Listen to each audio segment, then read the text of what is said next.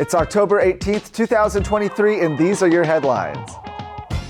Our neighbors to the east, or northeast, Arkansas, is ordering a Chinese company to divest its agricultural land, the first major action taken since the state passed legislation restricting ownership of land by hostile foreign actors. Sounds pretty good, right? Well, meanwhile, similar legislation has stalled in Texas. Now, over in Arkansas, we have Governor Sarah Huckabee Sanders and their Attorney General Tim Griffin, who announced the action against the Northrup King Seed company, which is owned by China National Chemical Company. Under the state's new law passed earlier this year, the company will have 2 years to divest itself of its 160 acres of agricultural land. Sarah Sanders wrote, "We will make sure that every company operating in Arkansas is a friend to Arkansas and good to hardworking Arkansans." Meanwhile, in Texas, similar legislation has hit a roadblock in the Texas House.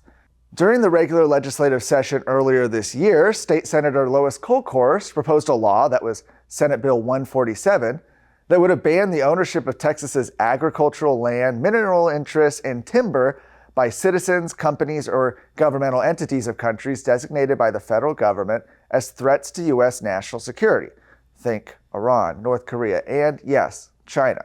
According to the U.S. Department of Agriculture, Chinese firms and investors have bought nearly 400,000 acres of U.S. land.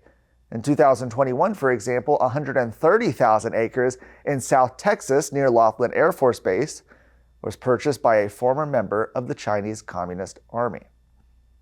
In January of this year, Governor Greg Abbott signaled his support for a ban on Chinese land ownership, but while the legislation passed the Senate, it was killed in the House after it was never given a hearing by Representative Todd Hunter, who chairs the House State Affairs Committee.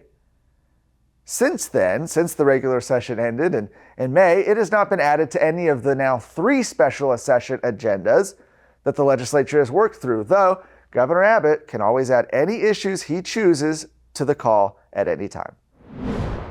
An instructional assistant professor at Texas A&M University is facing criticism from students who have accused her of presenting biased and inaccurate information regarding the Israel-Palestine conflict. Sina Karasipahi has worked at Texas A&M since 2006 and teaches courses in the Department of International Affairs. Students enroll in different courses she teaches claim she is referred to Hamas as a charity organization and a humanitarian group. Hamas, of course, is an Islamist militant movement that advocates for Israel's destruction. The U.S. State Department designated Hamas as a terrorist group in 1997. A student taking the course Political Islam and Jihad said Karasipahi prohibits students from recording her lectures or taking pictures of slideshow presentations. Online reviews aren't much better. They mention that the course's information is inaccurate and ideologically slanted, with students alleging that she does not provide adequate sources. The student said she was taught that Israel helped create Hamas like the U.S. helped create Al-Qaeda. Students also allege the professor has denied the Armenian genocide in her classes. Meanwhile, the Israel-Palestine conflict has sparked heated debates and protests on university campuses nationwide, with students expressing support for either side. Just last week, the Texas A&M Palestine Solidarity Committee organized a pro-Palestine protest on campus, which was followed by a silent march in support of Israel. Lastly, speaking of Hamas, the Hilton Houston Post Oak Hotel by the Galleria was set to host an event in support of the terrorist group Hamas. They canceled the event following pressure from the public.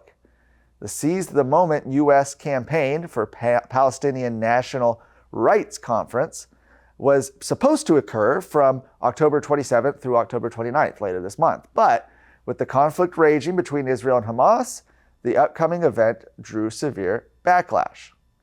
The conference was set to host several speakers, with Newsmax contributor Jeremy Frankel noting Rashida Tlaib, Linda Sarsour, Mark Lamont Hill, and more were among the featured hate-mongering speakers. Those were his words.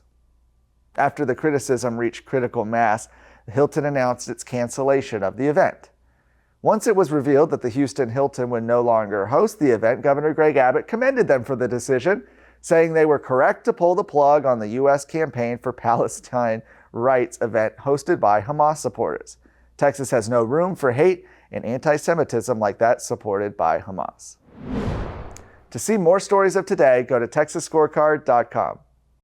No ads, no paywalls, no government grants, and no corporate masters. Just real news for real Texans. This is Texas Scorecard.